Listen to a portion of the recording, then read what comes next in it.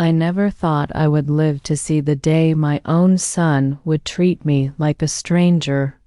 My name is Helen Carter, and I spent most of my life building a family that I believed would stand together through everything. I raised my son, Daniel, with love, patience, and every ounce of strength I had left after his father passed away. I worked 2 jobs just to make sure he never went to bed hungry. Just to see that smile on his face when he got his first bicycle, just to hear him say, "Mom, one day I'll take care of you."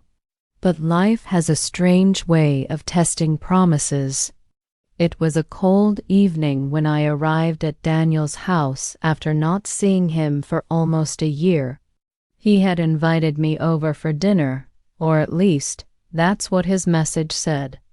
It wasn't his voice that asked. It was a short, dry text that read, "Dinner at 7, come if you want."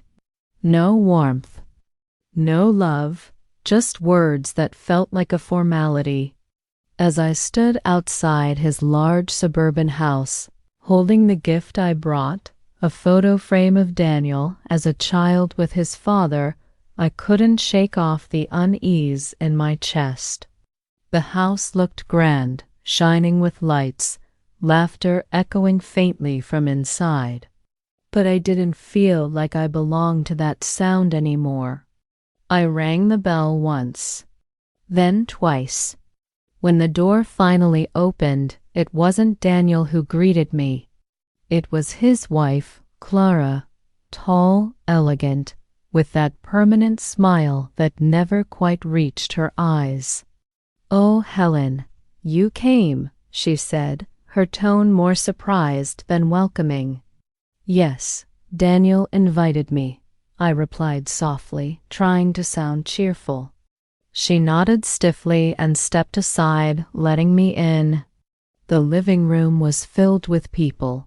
Clara's parents, her sister, and even some neighbors I didn't recognize. Everyone seemed to be talking, laughing, moving around the table set for dinner. But not one person looked in my direction. I stood there for a moment, awkwardly clutching my small gift bag, waiting for someone, anyone, to acknowledge me. Daniel appeared from the kitchen, dressed neatly, his hair combed back just like his father used to do. My heart swelled just seeing him. "Daniel," I called out softly. He turned, his eyes landing on me. For a moment, I saw a flicker of recognition, warmth maybe, but it vanished almost instantly. "Oh, hey, Mom," he said, as if I were a distant acquaintance. "Glad you made it." And then he walked away to pour wine for someone else. My voice caught in my throat. "Glad I made it? That's it? After everything?" I had imagined this dinner differently. I thought maybe he'd hug me, introduce me proudly to everyone, maybe ask about my health, my little garden, or even how lonely it had been these months without hearing from him. But none of that happened. Instead, I sat quietly at the corner of the dining table, the one chair that seemed intentionally left out of the main circle. Every time I tried to join a conversation, Clara's mother would change the topic. When I laughed at a joke, no one looked my way. Even the children, my grandchildren, didn't come to me. Clara kept them busy, whispering something every time I tried to call them over. "Come here, Lily," I said once, smiling at my granddaughter. But Clara quickly interjected, "Oh, she's eating, Helen. Maybe later." The little girl hesitated, then turned back to her plate. That moment felt like a dagger twisting slowly in my chest. I ate silently, the food tasting like nothing. My son's laughter filled the room, but none of it reached me. I remembered the nights I used to stay awake helping him with homework, the times I carried him to bed when he fell asleep on the couch, the mornings when he would kiss my forehead before school. Where did that boy go? What happened to the bond we once had? As I sat there surrounded by people, yet utterly alone, I realized something. I wasn't invited to this dinner out of love. I was there because Daniel didn't want to be scolded for forgetting his mother again. I was there out of obligation, not affection. The realization burned like fire under my skin. I wanted to leave right then, to walk out and never look back. But something inside me, a quiet, stubborn part of me, told me to stay. Maybe to see how far the distance between a mother and her son could really go. After dinner, everyone moved to the living room. Clara served dessert, something she proudly announced she made herself. I tried to compliment her. "It looks lovely," I said sincerely. She smiled thinly. "Oh, thank you, Helen. It's not store-bought like the cake you used to bring."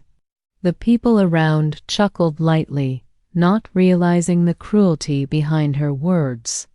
My face burned, but I kept my composure. I had learned long ago that silence was stronger than shouting.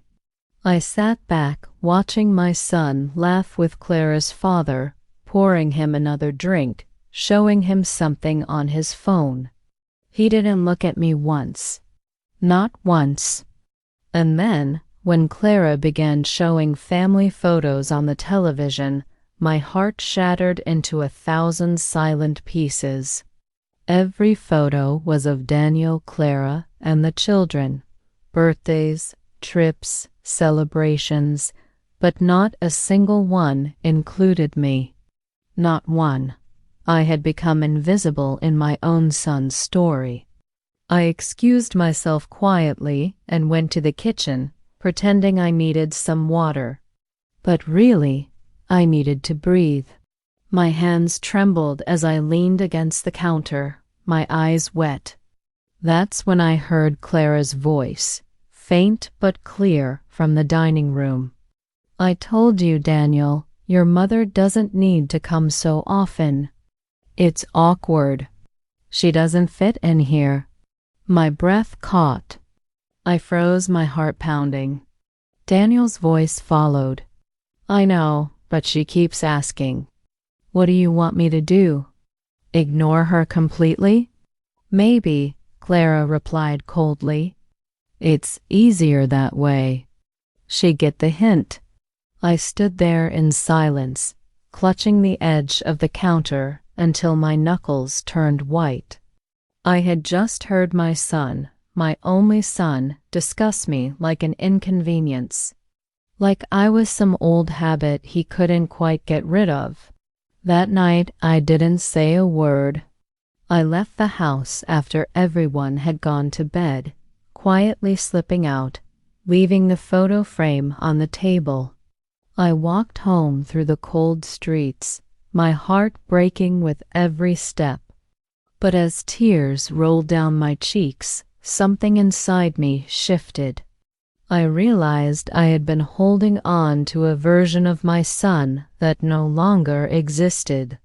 The Daniel I loved was gone, replaced by someone who only cared about appearances and convenience. That night, I made myself a promise, not to cry anymore, not to beg for love that wasn't freely given. But I also promised something else.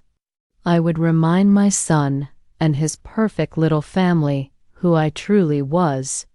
I wasn't just a forgotten mother. I was the woman who built everything he now took for granted. And one day soon, at a dinner table just like this, I would make my move. Not out of anger, but to make them see. To make them remember. The night after that dinner, I sat alone in my small living room staring at the family photo on my shelf. It was old, faded around the edges, taken years ago when Daniel still had his arm around me, grinning with that innocent warmth only a child can have. I ran my fingers across the glass, tracing his smile, wondering how that little boy had turned into a man who looked right through me. I barely slept. My mind kept replaying Clara's words. She doesn't fit in here. I kept hearing Daniel's silence after she said it. That silence was louder than any argument, heavier than any insult. But somewhere between the ache in my chest and the anger in my heart, a strange clarity formed. Maybe I couldn't change how they felt about me, but I could remind them what I meant to this family. I had sacrificed my youth, my health, even my dreams for Daniel's future. And now that he had it all, he acted like I was part of a past he'd rather forget. But he didn't realize the foundation he stood on was built by my hands. I decided then that I wouldn't confront them with shouting or tears. No, I would do something quieter, smarter, and far more unforgettable. My move wouldn't come out of bitterness. It would come from truth. Truth always finds a way to break the surface, no matter how deeply it's buried. The next morning I baked. It might sound silly, but baking had always been my way of thinking clearly. The smell of fresh bread filled my little kitchen as I planned everything. I remembered how Daniel and Clara had mentioned hosting an anniversary dinner in 2 weeks, the same kind of lavish event they loved to show off to their friends. Clara's parents would be there again, probably their neighbors too. And if there was one thing I knew about Clara, it was that she loved to appear perfect in front of people. Everything had to look flawless, the decorations, the outfits, the conversations. She couldn't stand cracks in her carefully painted picture. That would be the night I'd make my move, but not in the way they expected. I wouldn't humiliate anyone. I would simply tell a story, my story, the truth they had chosen to forget. I knew Clara wouldn't invite me willingly after that cold dinner, so I made sure she'd have no choice. I called Daniel 3 days later. He sounded busy, distracted, as usual. "Mom, can we talk later?" "I'm in a meeting," he said. "It'll only take a minute," I replied calmly. "I just wanted to tell you that your father's old friend, Mr. Thompson, asked about you. He said he wanted to speak about your business expansion." That caught his attention instantly. "Wait, Dad's friend? You mean the one who owned the property firm?" "Yes," I said softly. "He called me last week. We talked about you. He said he might come to your anniversary dinner if you invite him." I could almost hear the shift in his tone. "Oh, really? That's great. Yeah, of course you should come then, Mom. You can introduce us again." "I'd love that," I said quietly, smiling to myself. He didn't realize it yet, but I didn't need Mr. Thompson. I only needed an invitation, and now I had one. The following days were quiet, but inside me something was changing. I stopped waiting for Daniel's calls. I stopped replaying the dinner in my head. Instead, I focused on preparing what I wanted to say that night. It wasn't revenge anymore. It was revelation. I went through old photo albums, letters, even Daniel's childhood drawings. I found one that nearly broke me, a little picture he drew when he was 6 of me holding his hand under a big sun. At the bottom, he had scribbled in crooked letters, "My mom is my hero." I held that drawing close for a long time. Somewhere deep inside, I believed that child still existed. Maybe hidden, maybe silent, but there. The night of the anniversary came sooner than I expected. I wore a simple dark blue dress, nothing fancy, just the one Daniel had gifted me years ago before his wedding. It didn't fit perfectly anymore, but it carried memories. As I looked in the mirror before leaving, I whispered to my reflection, "You are not weak. Helen, not anymore." When I reached their house, everything looked extravagant. Fairy lights, music, laughter spilling from every corner. The driveway was full of cars, and through the large windows I could see people mingling inside. I took a deep breath and stepped in. Clara greeted me with a frozen smile. "Helen, you made it." "Of course," I said. "I wouldn't miss my son's special day." She nodded politely, her eyes scanning behind me as if looking for someone more important.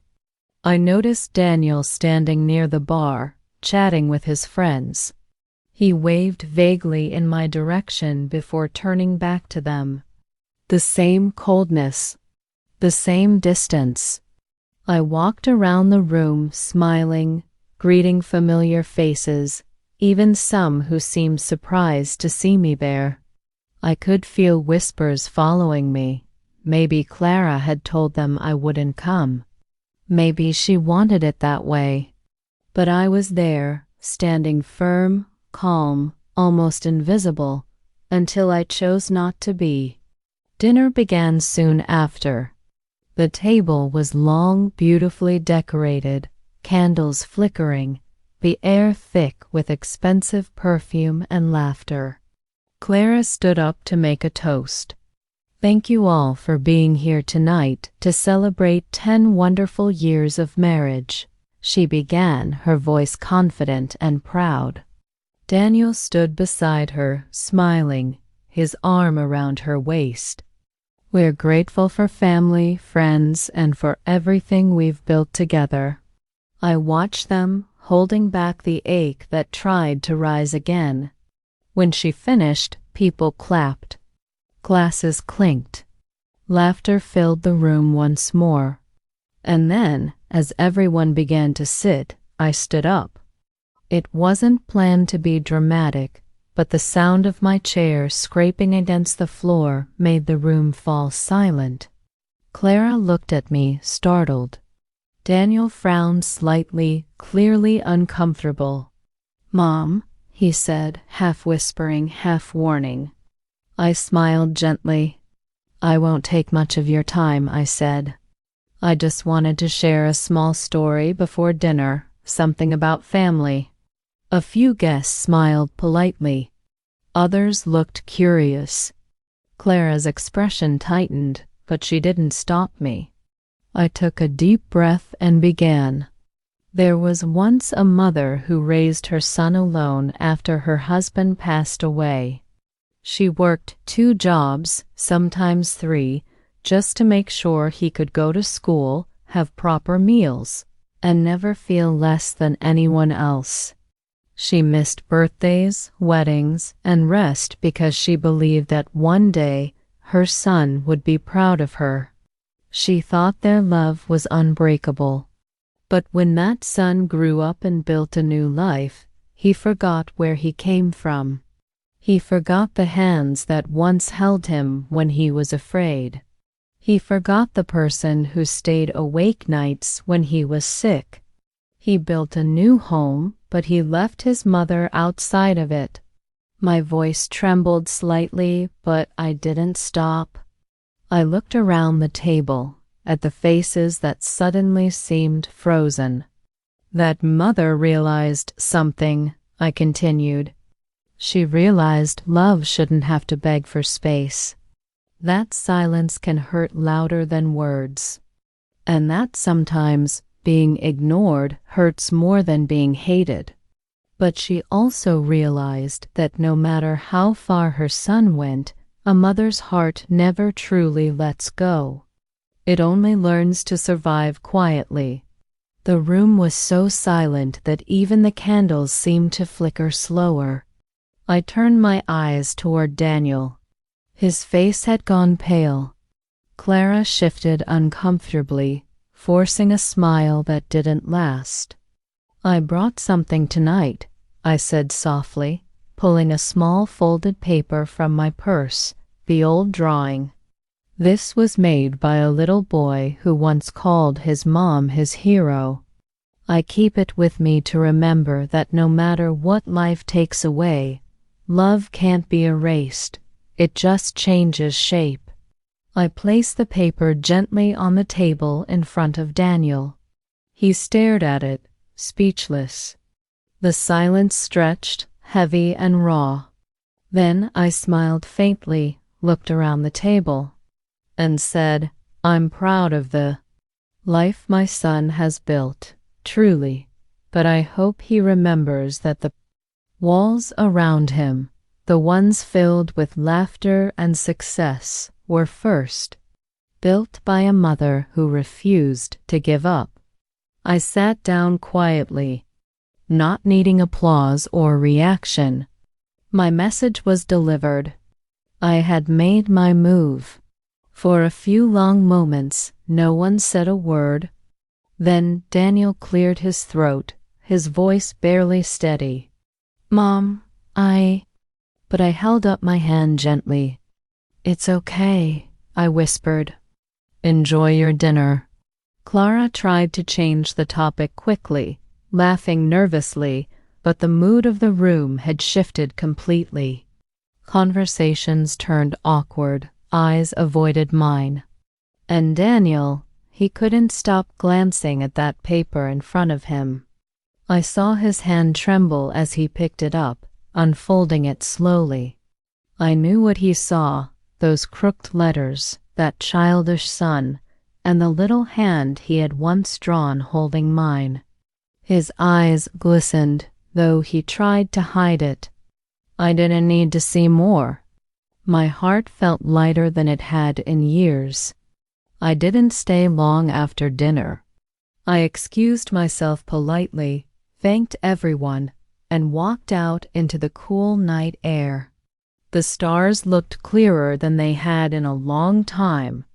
I felt free, not because I had hurt anyone, but because I had finally spoken what needed to be said. As I walked down the street, my phone buzzed. It was a message from Daniel. Just 2 words. "I'm sorry." I didn't reply. Not yet. Some lessons needed to sink in slowly. That night when I returned home, I sat by the window with a cup of tea that had gone cold in my hands. The city outside was quiet, the kind of quiet that makes your thoughts louder. I looked at my phone again, at that short message glowing on the screen, "I'm sorry." 2 words that carried the weight of years. I wanted to reply, but what could I say? Sorry didn't erase the years of silence, the empty calls, the holidays spent alone. Sorry didn't fill the chair that had always been left empty for me at family dinners. So I just put the phone down and whispered to the night, "Let him think about it." For the first time in years, I slept soundly. There were no tears, no bitterness, only a strange calm. Maybe because I finally spoke my truth, not with anger, but with dignity. The next morning, I went to my garden, the only place that ever made me feel grounded. As I watered the roses, I heard the crunch of footsteps behind me. When I turned around, I froze. Daniel stood there, hands in his pockets, his eyes red, like he hadn't slept either. "Mom," he said softly. Just that word, but it carried something I hadn't heard in his voice for a long time, sincerity. "You're up early," I said quietly, turning back to my plants. "I wanted to talk," he replied. I figured you wouldn't answer my message. I nodded slightly. You figured right. He sighed, stepping closer. You really shook everyone last night. Clara hasn't stopped talking about it. I smiled faintly. Good. Maybe she finally hears something worth talking about. He didn't respond. For a moment, silence hung between us like thick fog. Then he said, Mom, I didn't mean for things to get this way. Life just got busy. The kids, the business, everything. I turned to face him, cutting him off gently. Daniel, I'm not angry about you being busy. I understand that life changes. What I don't understand is how love can disappear so quietly. You didn't just forget to call, you forgot who I was. You forgot that everything you have now, everything you've built, started because someone once believed in you when no one else did. His eyes dropped to the ground. I know, he whispered. No, you don't, I said softly but firmly. If you did, you wouldn't have let me sit at your table like a stranger.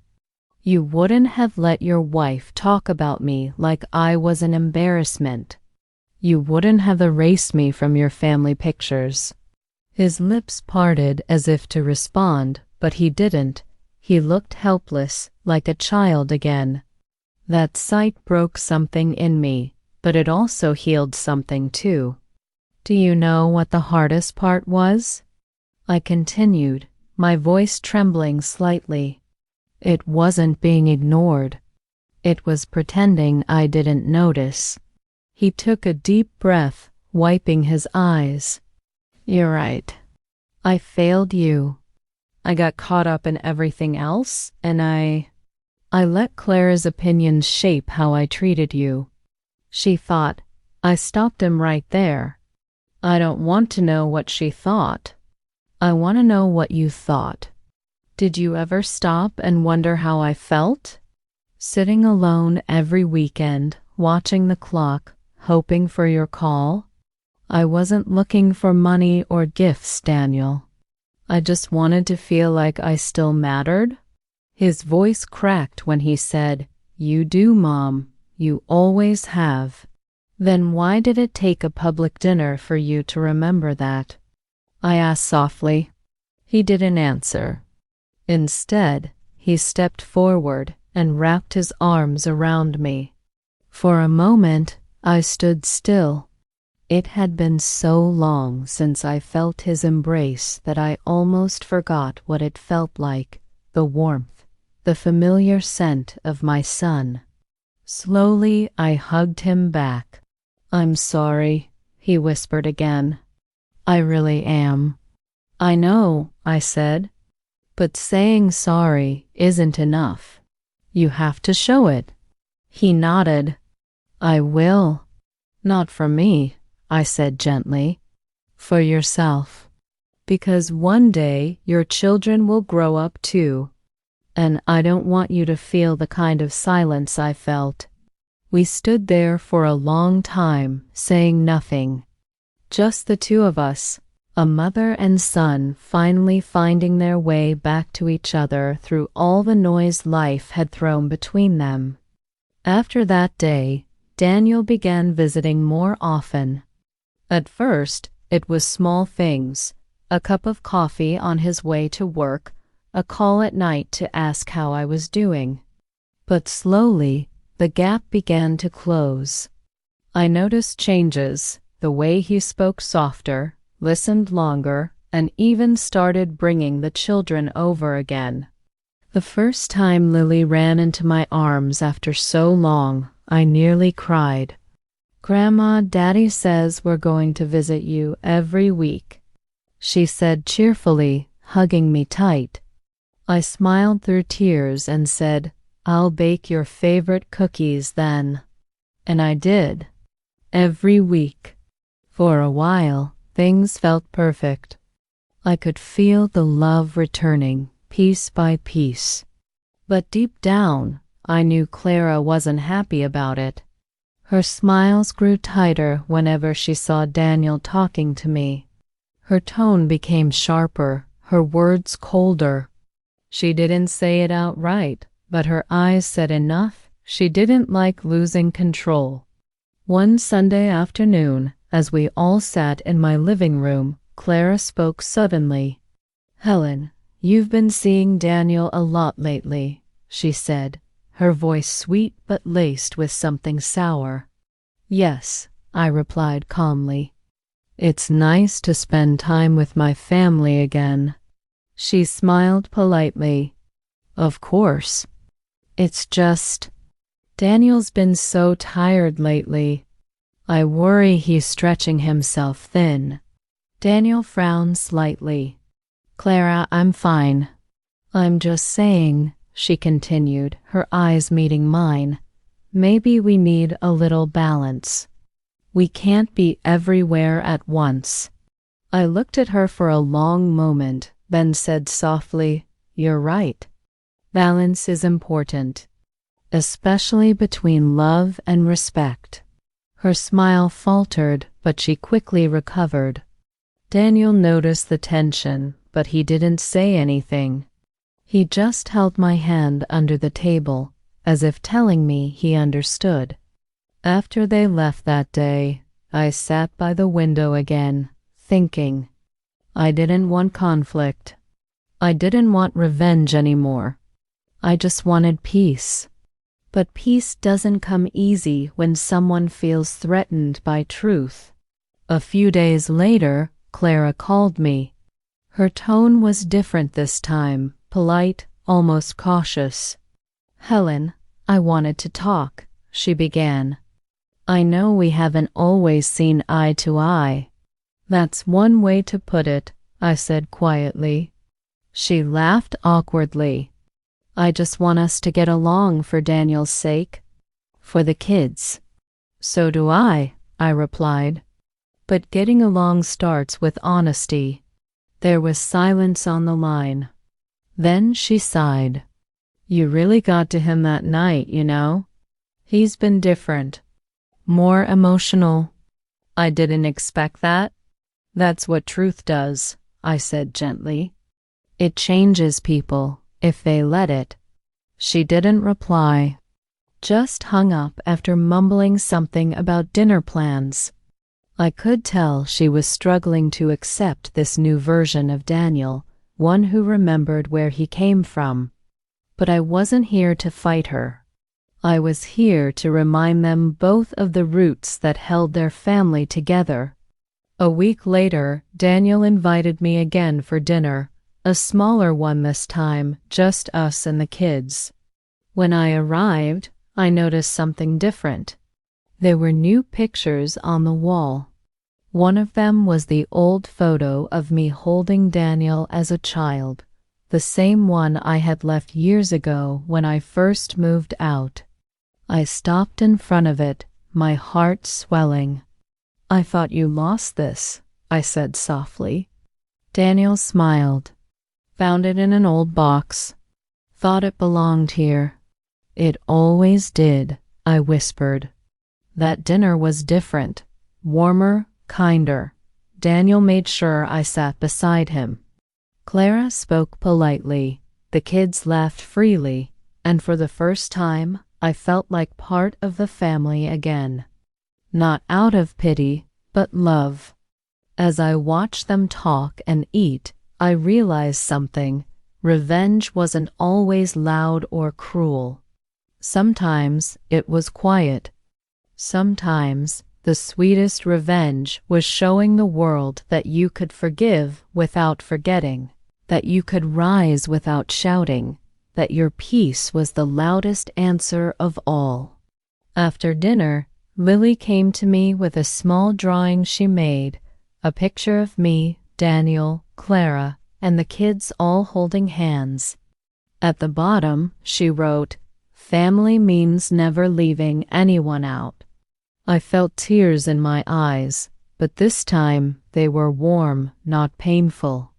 I kissed her forehead and whispered, "You're a smart little girl." She smiled. Daddy helped me draw it. That night, as I walked home under the soft glow of streetlights, I finally understood the meaning of closure. It wasn't about proving anyone wrong. It was about reminding them what right looked like. I knew things would never be perfect. There would still be distance, differences, and quiet moments of sadness. But I also knew Daniel had remembered who he was, and that was enough. Peace is a fragile thing. It looks calm on the surface, but underneath, it trembles with the fear of being broken again. For a few weeks, everything felt calm, too calm perhaps. Daniel visited often. The children called me Grandma with excitement again, and even Clara managed polite smiles during our dinners. But deep down, I could sense something in her eyes, a quiet storm waiting for the right moment to break. I didn't blame her entirely. People like Clara weren't used to losing control. She had built a life that looked flawless, and I had disturbed that picture. I had reminded Daniel of a part of himself she couldn't control, his heart. One afternoon, as I was folding laundry and listening to the radio, the phone rang. It was Daniel's office number. "Mom," he said, his voice slightly tense. "Clara wants to have lunch with you tomorrow. Just the two of you." I paused. "Just the two of us?" "Yeah," he said. "She said she wants to clear the air. Maybe it's a good thing." I could hear uncertainty in his tone, like he didn't quite believe it himself. "All right," I replied softly. "Tell her I'll be there." The next day, I arrived at the restaurant early. It was one of those quiet, elegant places where everything sparkled, where the walls whispered money and the waiters moved like ghosts. I sat by the window, my hands wrapped around a cup of coffee that had long since gone cold. When Clara finally arrived, she looked perfect as always, her hair pinned neatly, her smile precise. She greeted me with a polite kiss on the cheek and sat down. For a moment, neither of us spoke. Then she sighed, her voice calm but firm. "Helen, I think we both know things have been complicated." "That's one way to put it," I replied gently. "I just feel," she continued, stirring her drink though she hadn't added anything to it, "that since that night Daniel has been distant, different. He questions things now. He's less decisive. Or maybe," I said, "he's just thinking with his heart again." Her eyes narrowed slightly. "You think I've turned him against you, but that's not true," she said. "I only wanted what's best for him." "And what you think is best," I said softly, "is a version of him that forgets where he came from." She leaned forward, her voice lowering. "You don't understand, Helen. Daniel is finally successful. We've worked hard to build this life. We can't keep living in the past." I smiled sadly. "The past isn't a place you live in, Clara. It's a place you learn from. But you wouldn't understand that because you're too busy pretending you created everything yourself." Her eyes flashed for a moment, anger, then restraint. "You're twisting things?" she said quietly. "Am I?" I asked. "You've made me feel like a guest in my own son's life. You've taught my grandchildren to look at me like a stranger. All because you were afraid that love isn't something you can control." Her jaw tightened, and for a moment I thought she might stand up and leave. But instead, she took a deep breath and said, "I'm not here to fight. I'm here to ask you to step back a little." Let us handle things our way. I stared at her, disbelief washing over me. Step back? I repeated. From my son? From my grandchildren? She nodded. Just a little space. He's been overwhelmed. You know how emotional men can get when… I cut her off, my voice calm but sharp. Clara, I've given you space for years. I stepped back so far that you didn't even see me anymore. And look what it did. It didn't bring peace. It brought emptiness. So no, I won't step back again. She looked away, her lips pressed tight. You're making things harder than they have to be. No, I said, my tone steady. I'm making things real. You can keep pretending everything's perfect, or you can accept that family isn't about control. It's about love. And love means sharing, not owning. Clara didn't reply. She stood up, adjusted her coat, and said coldly, You've had your say. Let's see how long Daniel stays this devoted when things get complicated. Then she walked away, leaving me alone with my cold coffee and a strange heaviness in my heart. I knew that wasn't the end of it. When I got home that night, I lit a candle near the photo of Daniel's father and whispered, You'd know what to say if you were here.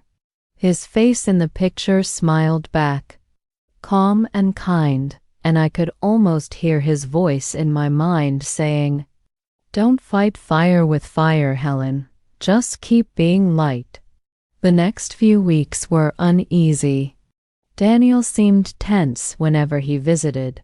He'd talk about work, about the kids, but something in his eyes told me he was caught in the middle. I didn't want to burden him, but I also couldn't ignore what was happening. Then one evening he came over alone. No Clara, no kids, just him. He looked tired, like he'd been carrying something heavy. Mom, he said, sitting down beside me, I need to ask you something. What is it? I asked gently. He hesitated before saying, Did you tell Clara she's controlling me? I looked at him steadily. I told her she's afraid of losing control. There's a difference. He sighed, rubbing his temples. She's upset. She thinks you're trying to turn me against her. And what do you think? I asked softly. He looked at me, his eyes full of conflict. I think you're both right in some ways. Clara's always been strong-minded, and you've always been my anchor. But it feels like I'm stuck between two worlds. I reached for his hand. Daniel, you're not stuck. You're just learning to balance truth and peace. But remember this, peace built on silence never lasts. It only cracks louder later. He nodded slowly, as if letting my words sink in. I just want everyone to get along. Then be honest with both of us, I said. Don't choose sides. Choose what's right. He left soon after, but I could tell his mind was heavy. That night I prayed. Not for revenge, not for victory, but for clarity. I wanted Daniel to see the truth on his own, not because I told him, but because he felt it. And life has a strange way of revealing truth exactly when it needs to. A week later, I got a call from Lily. Her voice was trembling. Grandma, Daddy, and Mommy are fighting. My heart dropped. Why, sweetheart? I don't know. Daddy said Mommy lied about something. I felt a chill run through me. Later that evening, Daniel came over again. He looked shaken, angry, hurt. What happened? I asked quietly. He took a deep breath. Clara tried to convince my business partner that I was making bad decisions without telling me. She said she was just trying to protect our investments, but I found out she went behind my back. I stayed silent, letting him speak. I confronted her. She said, "I've been distracted lately, ever since you came back into my life. She blamed you for everything." His voice cracked with disbelief. "Can you imagine that? Blaming my own mother?" I touched his hand gently. "People say hurtful things when they're scared of losing something, Daniel." He looked at me, eyes full of sorrow. "Maybe I made her feel insecure." "Maybe," I said softly. "But insecurity isn't an excuse for disrespect." He nodded slowly, as if finally seeing things clearly. "I don't know where we go from here," he murmured. "You go where peace feels honest," I said, "even if it's not perfect."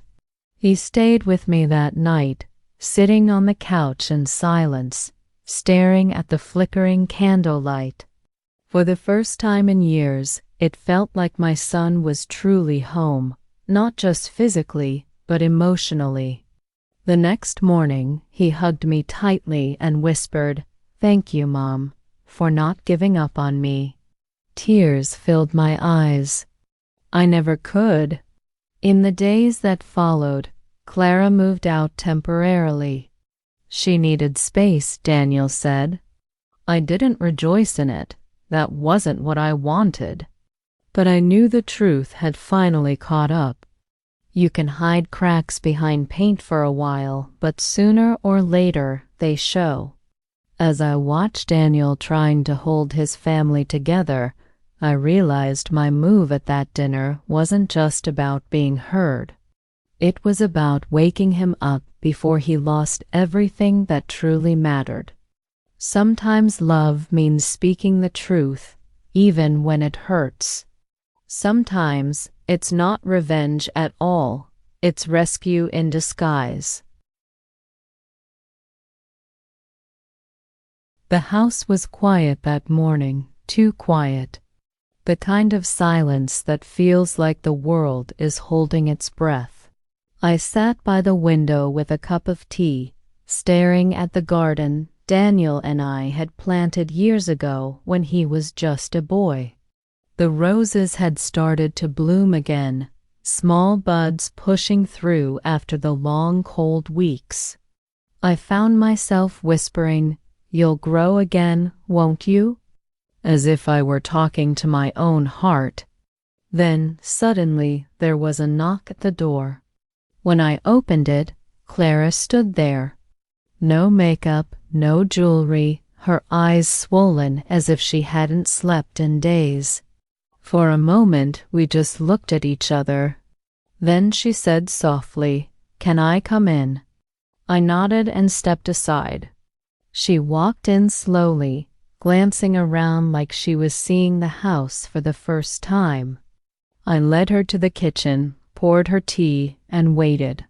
Finally, she spoke. "I was wrong," she said, her voice trembling. "I thought I was protecting Daniel. I thought if I controlled everything, nothing would fall apart. But I was wrong. Everything fell apart anyway." Her words hung heavy in the air. I didn't say anything, not yet. She continued, tears welling up in her eyes. "I lied to him, Helen. I went behind his back. And when he found out, he looked at me like I was a stranger. I can't forget that look. I've never seen him so hurt." She took a deep breath and looked up at me. "You were right. I wanted to own love, not share it.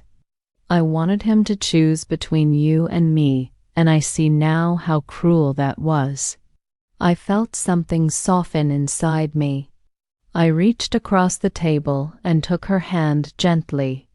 "Clara," I said quietly, "sometimes we don't realize we're building walls until we're trapped behind them. But admitting it, that takes courage." She looked at me, tears spilling freely now. I don't know if Daniel will forgive me, she whispered. He will, I said. He just needs to believe that the person standing in front of him is being real this time. She nodded slowly, wiping her eyes. He's been staying with you, hasn't he? I smiled faintly. Only until he finds his peace. You're still his home, Clara. He just needed to remember what love feels like when it's not measured. She looked at me then, a deep sadness mixed with something like gratitude. I used to think you hated me, she said softly. But now I think you just wanted to be seen. I exhaled slowly. I never hated you. I just hated what we became, strangers under the same roof of love. For a moment, the silence between us wasn't heavy anymore. It was gentle healing. When she left, she hugged me, the first real hug between us. It wasn't long after that Daniel came home. He looked surprised when I told him Clara had visited. She came here? He asked, eyes wide. She did, I said. She's hurting Daniel, but she's trying. He nodded, his jaw tightening with emotion. I don't know if I can trust her again. Then don't rush it, I said. Trust isn't something you rebuild overnight. But if she's willing to work for it, maybe it's worth giving her a chance. He was quiet for a moment, then whispered, How do you always stay so calm, Mom? I smiled softly. Because I've already lived through the worst silence. And I've learned that forgiveness doesn't mean forgetting what happened. It just means choosing peace over pride. He stayed thoughtful after that, staring out the window like he was seeing the world with new eyes. The days that followed were strange but hopeful. Daniel and Clara began talking again, slowly at first, carefully, like two people trying to find their rhythm after a storm. I stayed out of their way, watching from a distance, praying silently that this time they would understand what really mattered. A few weeks later, Daniel invited me to dinner, the same house, the same table where everything had once fallen apart. My heart raced as I got ready. When I arrived, the lights were warm and soft. The kids ran to me with smiles, and Clara stood by the table, holding a dish in her hands. She looked nervous but smiled. I made your favorite, she said shyly. Roast chicken. My eyes softened. You remembered. We sat together, laughter returning slowly like sunshine after rain. There was no tension this time, no pretending. Just quiet gratitude. Halfway through dinner, Daniel stood and raised his glass. I want to say something, he said, looking around the table. To my mother, for reminding me what family truly means. For teaching me that love isn't about choosing sides, it's about building bridges. And to Clara, for finding her way back.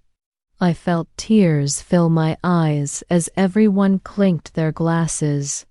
The kids giggled, not fully understanding, but their laughter felt like music. Later that night, when I was helping Clara clear the table, she turned to me and said softly, I know things won't be perfect overnight, but I want to start over. With you too. I looked at her and smiled. Then let's both start over, not as rivals, but as family. She nodded, eyes shining, and for the first time, I saw the woman Daniel had fallen in love with, not the one who tried to control everything, but the one who could love deeply when she let herself. After everyone had gone to bed, Daniel walked me to the door. You know, he said with a gentle laugh, I think you really did make your move at dinner, just not the way anyone expected. I chuckled softly. Maybe my move wasn't revenge, Daniel. Maybe it was just love's last attempt to be heard. He hugged me tightly, whispering, "Thank you, Mom." I hugged him back, feeling his heartbeat against mine. And in that moment, all the pain, all the distance, all the years of being ignored melted away. Love had found its way home again.